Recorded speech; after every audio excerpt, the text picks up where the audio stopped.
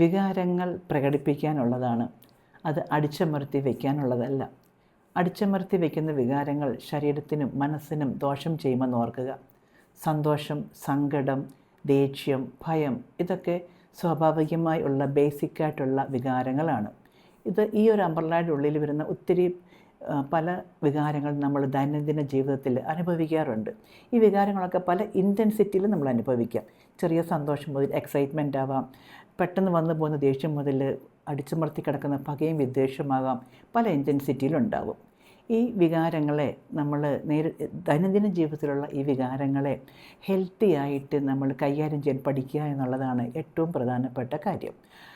എപ്പോൾ, എവിടെ, എങ്ങനെ വികാരങ്ങളെ പ്രകടിപ്പിക്കണമെന്ന് തിരിച്ചറിയണം. അടിച്ചമർത്തി വെച്ച് കഴിഞ്ഞാൽ അത് രോഗാവസ്ഥയിലേക്ക് മാറുമെന്ന് ഓർക്കുക. ഈ വികാരങ്ങൾ സ്ഥായിയായിട്ട് കൂടുതൽ പ്രൊലോങ്ഡ് പീരീഡ് നിന്ന് നമ്മുടെ ജീവിതത്തിൻ്റെ ഫങ്ഷനെ ബാധിക്കുകയാണെന്നുണ്ടെങ്കിൽ നമ്മൾ കൗൺസിലിംഗ് സഹായം തേടേണ്ടതാണ്. ചിലപ്പോൾ ഈ ആൻസൈറ്റി ഡിസോർഡർ അല്ലെങ്കിൽ ഡിപ്രഷൻ ഇങ്ങനെയൊക്കെ ഒരു രോഗാവസ്ഥയിലേക്ക് വന്നു പോയാൽ മരുന്ന് കഴിക്കേണ്ടതായിട്ടുള്ള അവസ്ഥയിലേക്ക് പെടുമെന്ന് ഓർക്കുക.